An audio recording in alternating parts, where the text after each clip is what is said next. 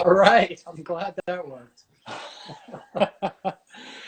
Little do the people who are watching know that we tried this a few times today and it worked beautifully. Yeah. Well, I mean, that's what happens, right? When you actually need it to work, it doesn't. But here we are. All right, I'm going to pin this to the top and then we could get started. There we go. All right. Sherry, one of our board members, has joined. Thank you, Sherry. Hi, Sherry. And, oops. And I don't know what Dr. Keever is on too. All right. So, since we're starting a few seconds late. Hi, Charles in Panama. Charles McKeever, Dr. Charles McKeever in Panama. He's a friend. Oh, very good. And our my friend from Poland is also tuning in. It's 1:30 in the morning there. So wow. She just waited up for you. It has nothing to do with the May Day holiday tomorrow. I'm sure. So, ladies and gentlemen, thanks for tuning in. We typically have all these different digital programs because of the situation we are in now. And we decided to spin things around a little bit and have an only Instagram live segment. And when I approached John Casey, because he's a very avid user as an author, he's been using Instagram, and he jumped right at it. So thanks for joining us, John, and we'll get to him in just a few seconds. I do want to say a few things about him. Not his full bio, but you can find his full bio at johnjcasey.com, among other things. But he's from New Hampshire. He graduated from the U.S. Air Force Academy and Florida State University. And he is a veteran combat airlift and test pilot and worked for 10 years as a diplomat and international affairs strategist in Europe, Africa, and at the Pentagon. Wow. Can't wait to hear about all this. His first book, right here, it's called Raw Thoughts. It's backwards for you all, but it's Raw Thoughts, which we'll talk about later, has been nominated for the National Book Award. And some of the poetry from his book has been nominated for the Pushcart Prize. His first novel, Devolution, very amazing artwork in these, and we'll talk about this later, but just really cool, both of the books, is a psychological spy thriller. We'll have to ask him if any of that has to do with his personal experience living abroad and working abroad. And he was nominated for the 2020 IBPA Benjamin Franklin Award. He serves not only on the board of the World Affairs Council, he's also on the board for Rise Recovery. He's currently the director of U.S. operations with Conduent. And again, if you need to look at all of this and to find out how you could get those books, which we'll get into later, please visit johnjcasey.com. Thanks for joining us, man. Yeah, no, glad to be here. Thank you very much, Armin. I think I just want to point out what a great job Armin and the World Affairs Council has done during this time of COVID-19 and the impact that it's had on social distancing. And he really pulled the trigger on some innovative and very successful virtual programming, which this is one of the smaller, events that he has put out there, but some really good events. And I suggest that, if you are in the San Antonio area, or even if you're not, go check out the World Affairs Council of San Antonio website for the events. Thank you. I appreciate that. Well, we can't, the reason we're doing well is because we have people who are watching and who want the information out there, whether it's COVID-19 or U.S. diplomacy, or some of the fun stuff. I say fun when we had Tim Morrow on, with the zoo. You have some serious topics in there, but it's different. It's not your everyday, international headlines items, and so people are very interested in it, and so and we can't do it without our supporters who are watching now, and our donors and our board of directors. So thank you. How are you and your family doing with the COVID-19? Has it changed you all? I'm sure it has, personally and professionally. So I would say that I and my family have been kind of lucky. So I work remotely, which means my commute is normally about 10 minutes. And the only reason it takes that long is I stop to get coffee on my way here. And I sit right where I'm sitting now, and I start my day. And I have meetings in the morning. Most of those meetings are with people in India. And by the afternoon, those meetings are pretty much over because everyone in India is asleep. And then I'm kind of left in a quiet place to finish up the rest of my work. My wife, Mary, she also works primarily from home. She is a master's level social worker. And so she does do a little bit of travel just to see patients and assess their needs. But then she comes home to do all the paperwork and make the phone calls and things that she needs to do. So it wasn't so much of a change for us from that perspective. Um, I guess you could say the big change was for us, because we both work from home, we really value the ability to get out of the house and go do things after we're done working. And so it was a little bit of a double whammy for us in that respect. Um, but we are, we're blessed. We don't, self-containment's been easy, and we still have our jobs. And, the biggest transition was probably the homeschooling of our two kids, one who is a senior getting ready to go to college, and another, our daughter, who's a junior. And how is that going, out of curiosity? So I don't have any real comparison to make, although I, talked to other parents, and I think it was a struggle for the first couple of weeks. But the struggle was, I think, went hand in hand with the school districts trying to figure out how to do it right. And once they were able to nail that down pretty quick, I think. And, after those first couple of weeks, it's gone pretty smoothly. Well, I could totally relate. I have two cats, and so I'm actually using their room for my office, so they're not too happy with me. We just had Olivia, who used to work with us, join in, and also Bianca, who's on the Young Professionals Committee, who we'll actually talk to next week. She just joined in, and she'll share her experience. But you've got a fascinating resume, and I know you're very humble about it, but I want to hit some of the key points that might be interesting to some people who are watching, who are interested in international affairs, who are interested in careers probably, and also people who want to write. And we're just putting that in just a few sentences, but tell us, what made you go into the Air Force, and talk about that career and being a pilot and what that was like. Okay. All right. So I think it's probably best to start off with, kind of describing how my mind works. Now it's a little bit different these days than it was, like back when I was in high school when I first started my career. But you could say that I was, years ago, I was going 90 miles an hour all the time. And I was doing my best, to steer, right? The faster you go, the harder it is to steer. But the fact is, when you're going real fast all the time, you tend to do this, and you end up going a lot farther than you need to get to where you're going.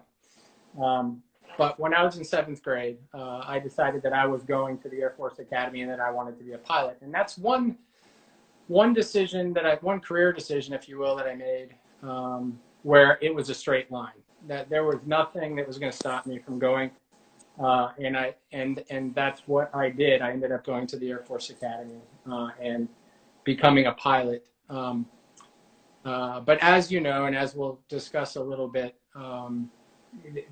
I didn't stick with that for my entire military career, and you know, just getting into the way my mind works, I'm always once I feel like I've accomplished something to to a good, you know, so I feel like I've done it well. Mm. I look for something else, Got it. and Got it. so that's why, you know, pilot, diplomat, author. I mean, it's probably a little more eclectic than that even, but we don't have enough time for everything else. Well, I think to finish off the pilot experience, I think people are dying to know, did you do all that Top Gun stuff and flying upside down and all that, or? No, no, no. So you have different types of aircraft, obviously, in the Air Force and in general aviation. And in the Air Force, you have fighter planes, you have bombers, you have airlift aircraft. And so I was a tactical airlift pilot. Mm. And so in 1993, when I finished pilot training, I actually did a detour to go get my master's degree at Florida State University. But then after that, I started flying tactical airlift, flying C-130s, and so this is what a C-130 looks like. So the wingspan is Cool. 132 feet, and the length of the plane is about 100 feet. The propellers are 13 feet across. I know it's hard to picture that, but this is a pretty decent sized aircraft, and you do not want to fly it upside down. Because of cargo and all that stuff, right? Yeah, so tactical airlift, you have two different types of airlift. You have strategic airlift and you have tactical airlift. Strategic airlift are the much bigger planes like the C-5 and the C-17 that can fly for great distances, hauling immense amounts of cargo. Tactical airlift is meant for shorter distances, and it also has the tactical mission, which is, for instance, airdropping pallets and vehicles out of the back of the plane over a war zone. You know, paratroopers and things like that. So the strategic airlifters, they'll do a little bit of that, but that's all we do. Mm. And are those existing? Do they use them now? Are they? Oh yeah, yeah. Oh, the C-130s, you mean? Yeah. Yeah, there are probably, I don't know, close to somewhere between 40 and 50 different variants of C-130s that have flown or are still flying. It is the most prolific tactical airlift airframe in the world. There are more C-130s being flown by more countries than any other aircraft. I never stopped to kind of count and figure it out, but I flew somewhere between 15 and 20 different variants of the C-130, the latest of which is the C-130J, which actually has curved propellers, improved range, improved speed, you know, farther, higher, faster, better. And that's a relatively new airplane. And Wow. I actually did some of the flight testing on that airplane. Wow. Someone actually gave a shout out to the plane. I missed the comment from who it came from, but they said yay C-180. Yeah. So. I see my sister just joined. Oh, very. And where does she live? Well, she's jumped around quite a bit. She's been in Maine and in South Carolina, and I I can't remember where she moved to last, but she just moved recently. Wow. Wow. Well, why don't we get Virginia. into Virginia. some... I'm sorry, Gina. Your sister. Yeah. What? Let's get into the meat of kind of, at least when I read your experiences. There's a lot that happens after the Air Force, and there are different countries and different missions. There's Ethiopia, there's Germany. You learn how to speak French, you learn how to speak German. Run us through that portion of your time. Okay, all right. So there was the tactical airlift part of my career, which really is, it's a global mission. So I went, I spent a lot of time flying to different countries in different parts of the world, deployed several times, spent a lot of time in the Middle East, flew combat into, Kosovo, Macedonia during Operations Joint Forge and Joint Guard. By the way, shout out to Lauren Pilcher, who is an editor that I have worked with on a future book that I'm writing. Hi, Lauren. Her father was one of my commanders at one of my positions when I was a test pilot. So I want to say. Oh, very cool. Got a wide net of people who are joining in. All right. So I did that for a while. All when I was stationed with Mary at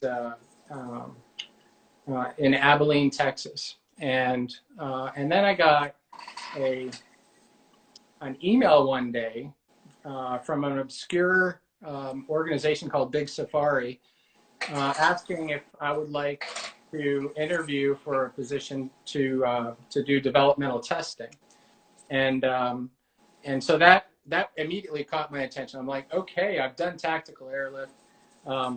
Being a test pilot sounds very interesting and very different, and so I did that. So we picked up and we moved to California, and I was stationed at Plant 42 in Palmdale, California, with Mary, where our son was born, John. And that was a very different and very interesting job, especially because 9/11 had just happened. And like my old unit back in Abilene, they were gearing up. They were going to Afghanistan. They were going to war. And here I was staying back in the U.S. in California to do testing, and what I found was that the nature of that job was to rapidly, build and test capabilities for aircraft that are in the field and get it out there, in some cases within weeks, so that they could begin using that new capability against the enemy. And so that was actually very rewarding. And one of the side projects, and believe me when I tell you, this was a side project at the time, was a drone called Predator. This was part of my test unit. It was, like a small part. And shortly after I got there, and there was a terrorist that was killed in a truck in Yemen. And this was all over the news on CNN, okay? And it came out that this Predator drone had launched a missile and killed this bad guy. And almost immediately, Predator became a big deal. And Congress said, hey, if it's that easy to take out the bad guys with these drones, let's dump a bunch of money on it and into that program and make it big, fast, and improve that capability.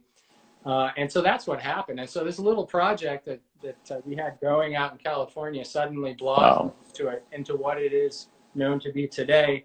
And before I left, Reaper, the larger aircraft that General Atomic built after the original Predator, was already flying and testing. And of course, that's been around for a while now. We up and moved that whole unit from Plant 42 in Palmdale, California, which is the high desert, right? This is where the streets have no name. This is where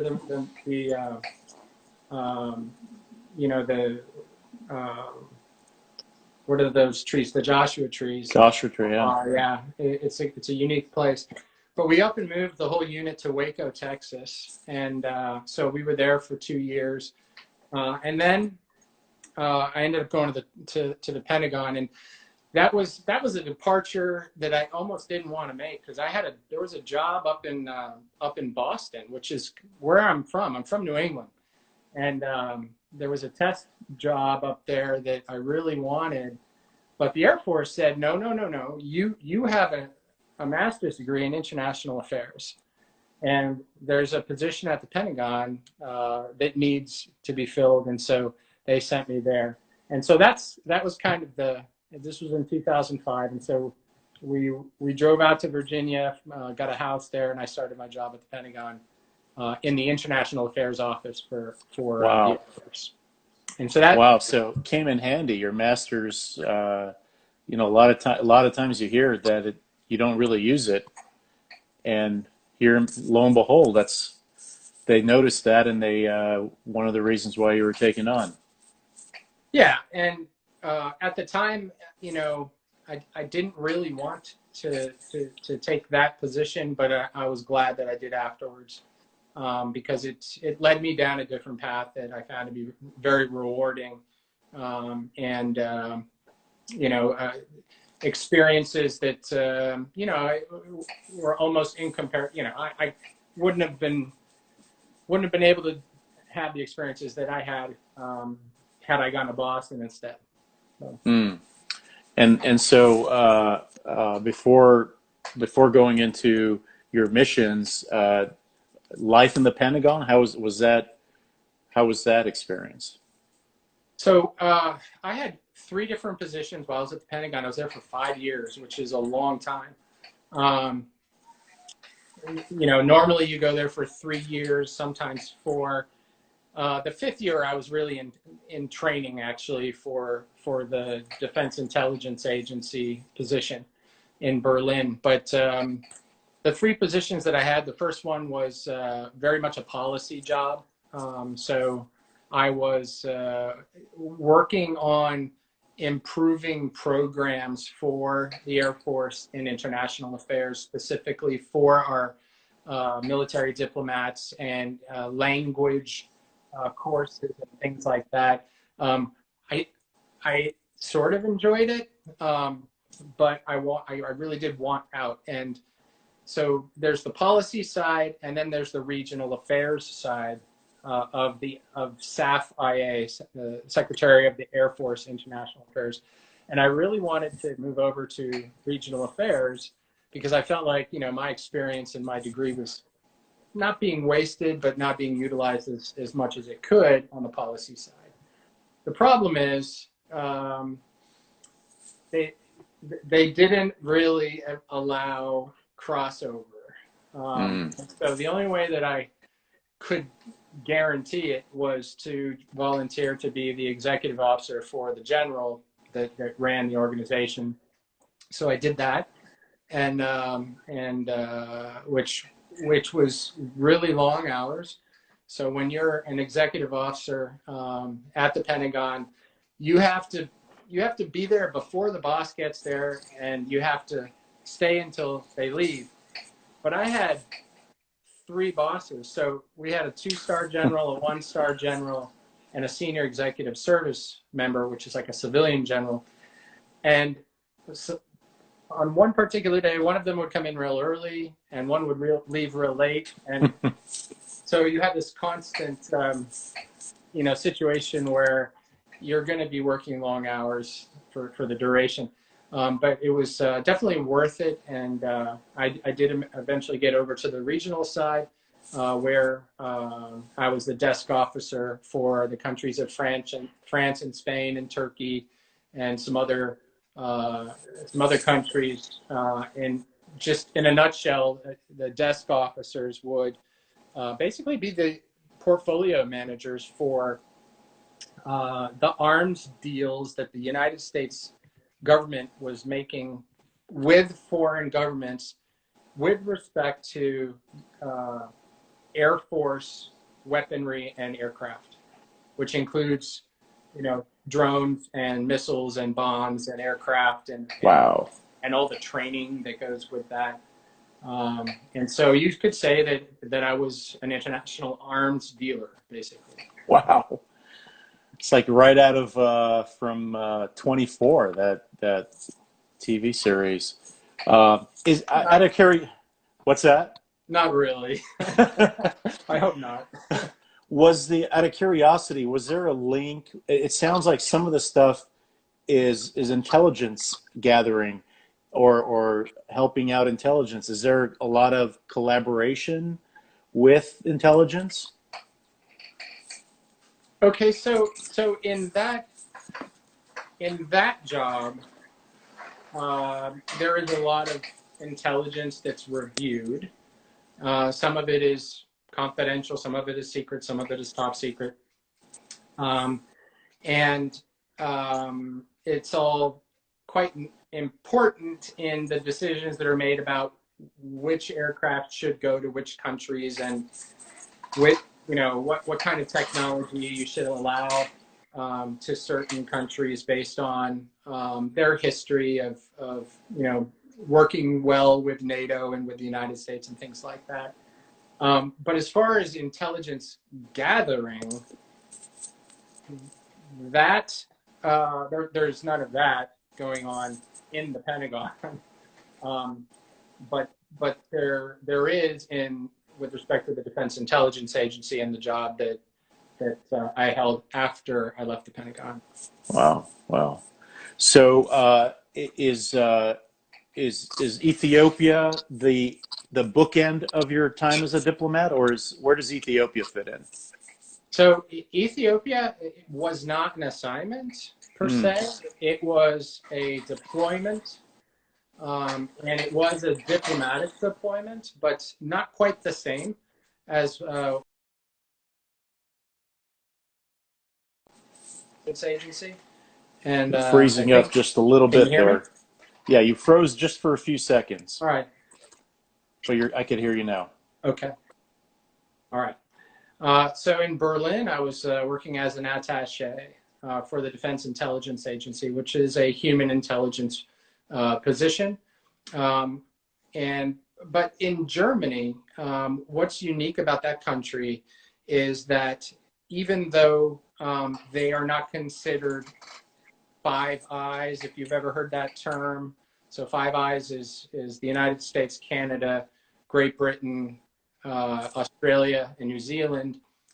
So those 5 countries really share a lot of intelligence, right? But Germany is like the 6th. They're like, they want in.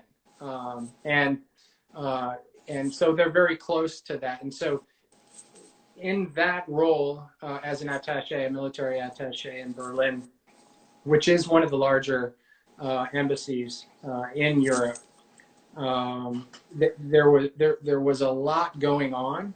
At the time, Germany was one of the major contributors to providing forces to Afghanistan.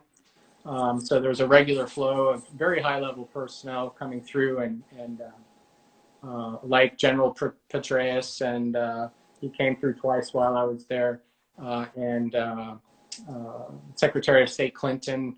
I've got a nice photograph of myself with Secretary of State Clinton. Yeah, it was Ethiopia was different, and I can talk about that in a minute. But interesting story about Chancellor Merkel, though. I did get to meet her briefly. And so on this particular day, I just happened to be escorting about, I think it was 15 or 20 Air Force lieutenant colonels who were, this was kind of their road trip for Air War College, which is like a master's degree program that you go through as an officer. And we were actually in the Chancellery getting a tour, and I was basically their guide and taking them to different parts and things like that. And we're in the bathroom, and one of the lieutenant colonels, he looks at me and he goes, "Hey, what happens if we run into Chancellor Merkel?" And I looked at him, I said, "Well, you stop and you politely say, 'Guten Tag, Chancellor Merkel.'" And so he's like, oh, okay. And we came out of the bathroom and ran right into Chancellor Merkel. And Wow. I looked at him and I waited and he was just stunned. So I looked at her and I said, Guten Tag, Chancellor Merkel. And she looked at me and she said, Guten Tag. And then she moved on. Hmm. Were those experiences? I'm assuming they were pleasant. Secretary Clinton and Merkel and some others that you've met. Oh, yeah, absolutely. You know, in Germany, because it's such a high level post, as a lieutenant colonel at the time, I'm actually kind of down here a little bit. It, I would say Germany is one of those countries where you can go up one level, right? So if we were in London, let's say, I would have to kind of coordinate and liaise with other, you know, English lieutenant colonels, right? Kind of stay at my level. In Germany, you could kind of go up one level, right? So Secretary Clinton, General Petraeus was a little too far for me to, you know, set up a meeting and have lunch, if you will. So I didn't really have long discussions with them, but I did get to meet them. Wow. Well, and he's going to do the conference call for the World Affairs Council of America Yeah. next week. So Yes. that's a great plug. If you need to find that out, message me, and I will be happy to send you a link to him and also others. There are several Nina Ansari and several Bill, the ambassador to Ukraine, Bill Taylor, Yeah. and several others. So. Well, so you've left Germany, and then you had, and do you come back to the States or oh, and so by the way, Kayla, I missed one of the messages. They said Kayla was watching too. Oh yeah, that's my daughter. Oh, Yeah, uh, she's here in the house. Roxana joined us. Wayne has joined us, and we're getting a lot of positive thumbs up and hello. So thank you all. So, all right. So where were you off to after? You came back to the States and then you. Yeah, so after Berlin, I was assigned to Randolph Air Force Base right here in San Antonio to another international affairs post, the Air Force Security Assistance Training Squadron, which is part of the Air Education and Training Command International Affairs Directorate. By the time I was finished there, I was the assistant director and the director of operations. Um, this particular international affairs unit handles all of the training packages that the U.S. government sells to foreign air forces. So, you know, back in the Pentagon, I was selling aircraft, but someone has to teach those pilots how to fly those aircrafts and the maintainers how to maintain them and the logisticians how to keep the supply lines going. And so this unit here in San Antonio basically managed those sales portfolios. And so I worked there until I retired in 2015. There was a 5-month period where I was deployed to Ethiopia, which we brought up a couple of times, where I worked at the U.S. Embassy as a special liaison. And in that position, at the time, so this was in 2013 and 2014, we actually had a military base in Ethiopia. It was a small base, and it was a Predator base. It's no longer there, but the mission of that base was to provide surveillance and reconnaissance for terrorist groups, to find terrorists, basically. So we're talking about Al-Shabaab, Boko Haram, the Lord's Resistance Army. So the Horn of Africa, there's quite a bit of, but those were the big three at the time. And so this base, that was their job, to go out and find these bad guys, pass the information on so we could decide how to deal with it. My job at the embassy was to grease the rails, so to speak, to make sure that those operations went unhindered. And what that meant was I had to liaise directly with various parts of the Ethiopian government and with other governments close by when needed, to make sure that things came through customs cleanly when we had sensitive people or items coming into the airport in Addis Ababa, that they had the support that they needed, and things like that. That was a very, very interesting job. I was pretty much the only Air Force person at the embassy. And so I was asked to help out a lot whenever there were issues. If you remember at the time, there was an Ethiopian aircraft from Ethiopia Airlines that was hijacked and flew. Basically, one of the pilots hijacked his own aircraft and flew it to Europe. And so I was involved in the background discussion on how to deal with that as it was happening. I also had the opportunity to receive and meet former President George W. Bush and Mrs. Bush, who came out there to tour all of the ancient churches in Ethiopia. And so I worked with a small team to plan his entire visit, and helped coordinate the airlift. There were helicopters bringing them around, and that was a lot of work, but very interesting and very neat to get to meet President Bush.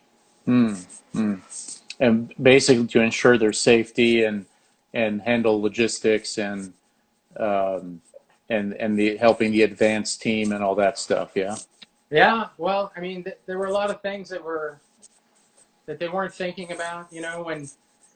When a former president flies into a field, and when I say a field, I don't mean an airfield. I mean a field out in the middle of nowhere, and they're talking about resupplying the helicopters with fuel from a 50-gallon drum that was placed there the night before. They don't know to think about things like, well, that fuel has to be tested before they put it in the air, because you can contaminate fuel to bring down an aircraft if you want, right? You have to have guards there to guard the field, and you have to have a good communications plan to make sure, because when you have multiple aircraft trying to go into the same area, they have to communicate very well. And they were using civilian companies to provide the airlift, so it was very interesting.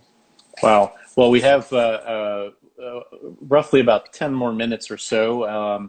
Why don't we dive into some of the stuff that you're doing now? Raw thoughts, devolution. Sure. I mean, the next thing you're going to say is like you're a nationally renowned racquetball player or something. I was wondering if I was going to weave racquetball into it somehow. Yeah. You are, aren't you?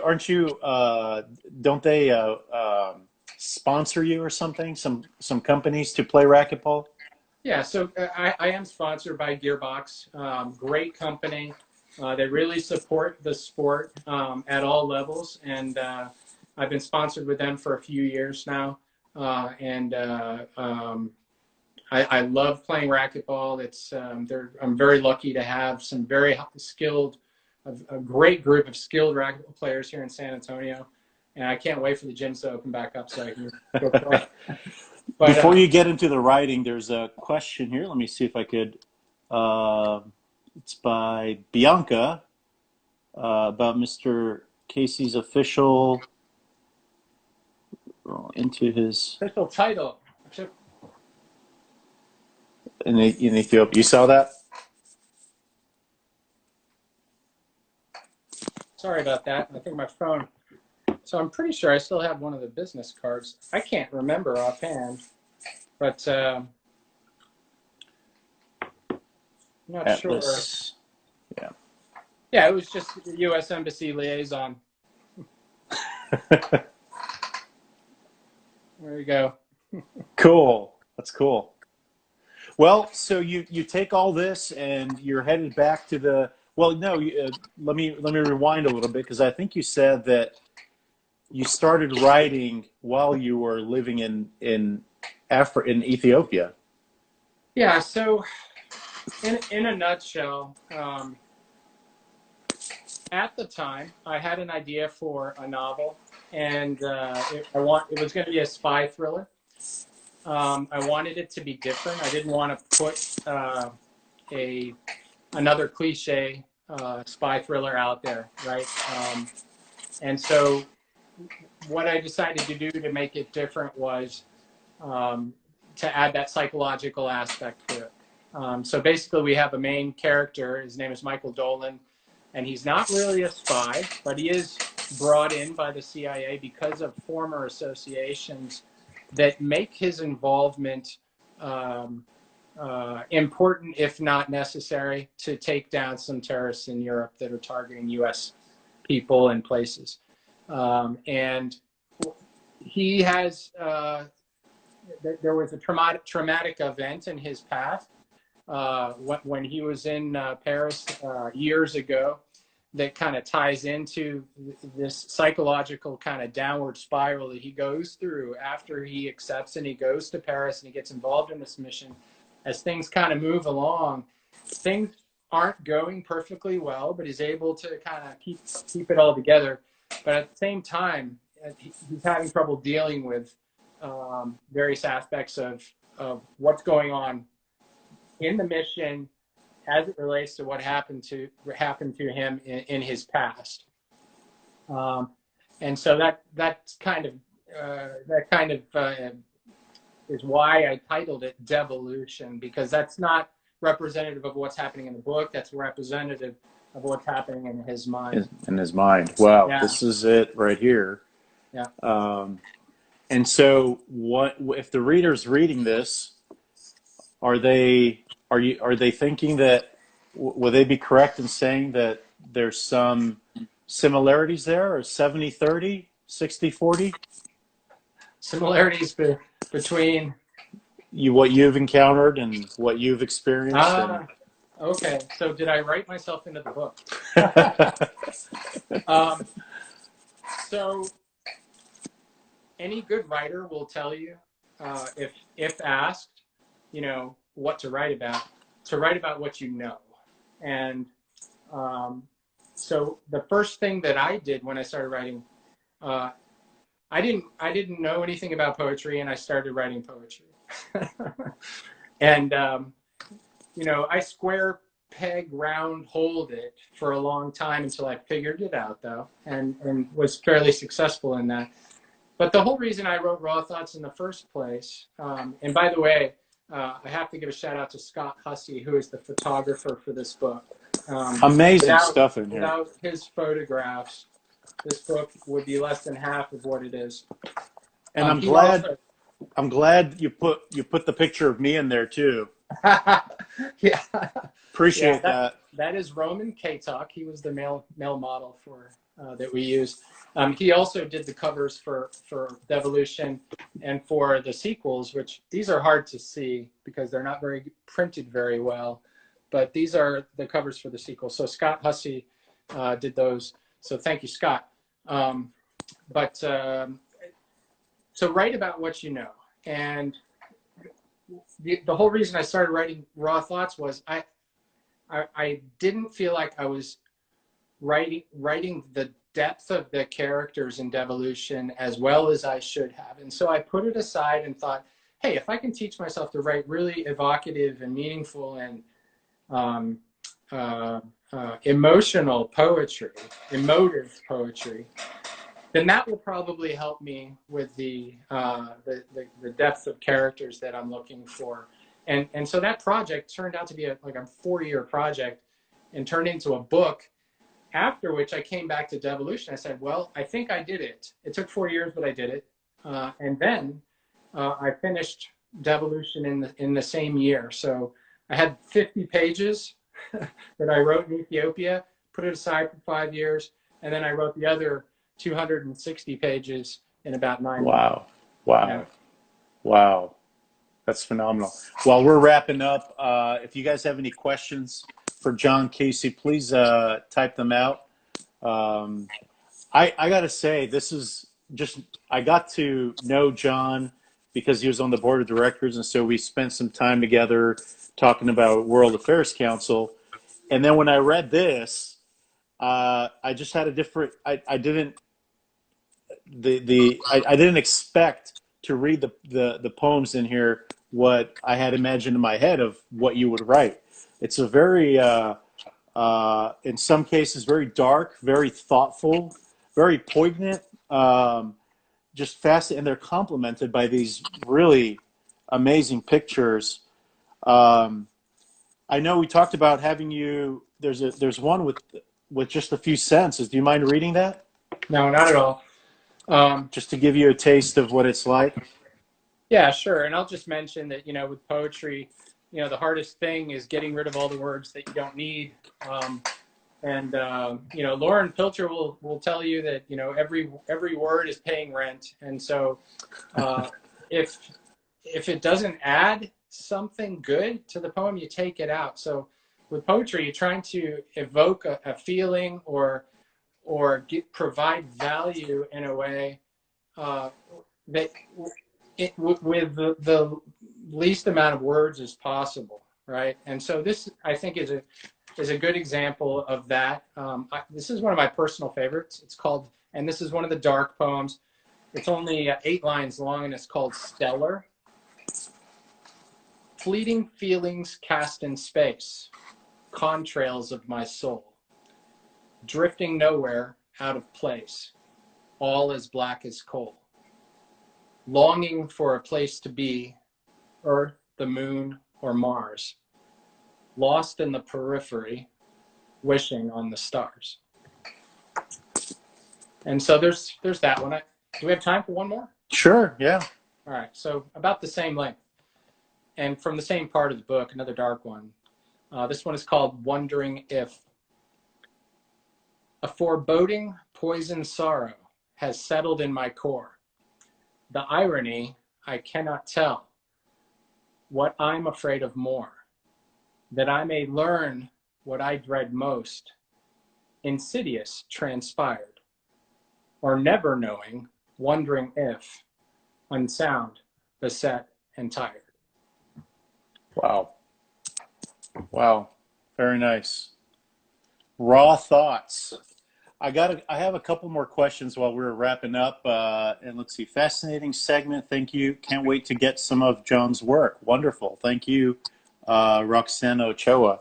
2 things. One, people who have inspired you, whether it's your writing or your career, family.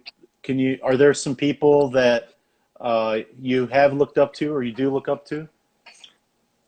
One of the, with respect to writing, it's kind of hard because I don't think that Charles Bukowski is an incredible poet, and reading Bukowski, I think, led me to understand that you don't have to write every poem like the 2 I just read. They don't have to rhyme with meter. And so after I started reading Bukowski, that's when I started delving into, poetry that didn't rhyme, that, was free form poetry. And you've written several for your kids, right, in here? There is at least one. Yeah, there's one that's without a doubt for my children. It's a longer poem. We probably don't have time to read it. But yeah, you write about what you know, right? And I know my kids and how I feel about them, and so it's hard to write about an emotion if you haven't felt it strongly, right? And so that's one of the other things that I've learned. But as far as people who have influenced me and people that I look up to, there was one general. If I mentioned, I already mentioned that I worked in the front office at the Pentagon as an executive officer, and the 2-star general there, who went on to be a 3-star general, his name was General Ralph Jodas. At his retirement, I always really looked up to that guy. At his retirement ceremony, he he said something that has just stuck with me. And he said, real quick, it's not enough to do the right thing. You have to do the right thing the right way. And then he gave examples of what he meant by that. But then he said, but it's still not good enough to do the right thing the right way. You have to do the right thing the right way for the right reasons. Mm-hmm. And that was poetry to me on several levels. It's saying so much in such a short span, with so few words. And so I would say, in my career, that would be the, General Ralph Jones would be the one person I would point to say that, I really looked up to him as a mentor, as a leader, and as a man. Someone's curious what literature you're currently reading, if you're reading anything. Yeah. So I'll show you what I'm reading right now. So right now I am reading a book by Carol LaHines. It's called Someday Everything Will Make Sense. And Carol is Carol. This is kind of a tragic comedy, if there is such a thing. So there's some sad stuff that goes on in this book, and death of a family member, but it's also kind of funny. And Carol is a fellow Adelaide Books author. Adelaide Books is my publisher, and so this is a really good book. I highly suggest that if you get through Raw Thoughts or Devolution, think about this. Available on along with mine on Amazon, Books A Million, Barnes and Noble. And then another Adelaide Books author, and I haven't started this one yet, but I'm about to, by Elizabeth Gaffreau, Telling Sunny, another great book, a novel. This is coming right after this. So these are the two books that I'm reading now. Nice. Very quickly, I wanted to get the final question in. I know there's some young professionals who are watching. There's some people who have kids who are interested in serving or being a diplomat. I know you didn't really plan everything out.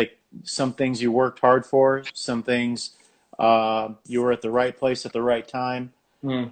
What advice do you have for those who want to go and serve our country? All right, so it really depends on a lot of things. If you want to join the military, and you want to, I don't know, do what I did, let's say, if you want to be a pilot and to serve your country in that way, the best way to do that is to go to the Air Force Academy, because that is the one university or college in the country that prepares you best to do just that, right? I mean, that's the reason the Air Force Academy is there, is in great part, not completely, but in great part, to prepare our future leaders in the Air Force and pilots. But you can also join through ROTC, which means you can go to a college like Texas A&M, where my son is going, and he's going to be an engineer. But they have ROTC programs, Reserve Officer Training Corps, which means you get accepted to a college, and then you join the ROTC, the Corps, and they train you while you're going to college to be an officer. And then at the end of the years, you can then, there are different options on how you can enter the service. And of course, there's the Naval Academy in Annapolis and West Point, if you're looking for the Army and the Navy. As far as being a diplomat, the State Department it's a completely different career path, which I did not go through, right? But I did work with a lot of those folks. I don't feel like I'm probably the best person to give advice on how to go that direction, but you certainly wouldn't hurt yourself by getting a degree from George Washington University or one of these other American universities, some of these great colleges that a lot of these future and current diplomats went to, because that's what they're focused on, right? They're focused on international affairs and politics and things like that. And get in touch with the State Department, the website. Go there. It will tell you. There'll be a step-by-step how to become a diplomat. John J.J. Casey, pilot, diplomat, author. We got Raw Thoughts. We have Devolution. Thanks so much for joining us. Really appreciate you for sharing your experiences. There's a lot more there, and maybe we could bring you back to focus specifically on some of the areas, whether it's writing or diplomacy. We'd love to. JohnJCasey.com is the website. Yeah. Be sure to click on that, and we want to thank you for tuning in. We need your not only your attention, we also need donations and your support. So message us. Go to our website. It's on our link. It's in the bio area where we have our link. You could find out how to do that. And we're going to keep doing this. And so thank you for tuning in. Thank you all for your support. My board members, thank you for tuning in. And to everyone who took part in this, we really appreciate it. JJ, you have a great time, great night with your family and kids. Yes, thank you so much, Armin, and thanks for everyone for joining.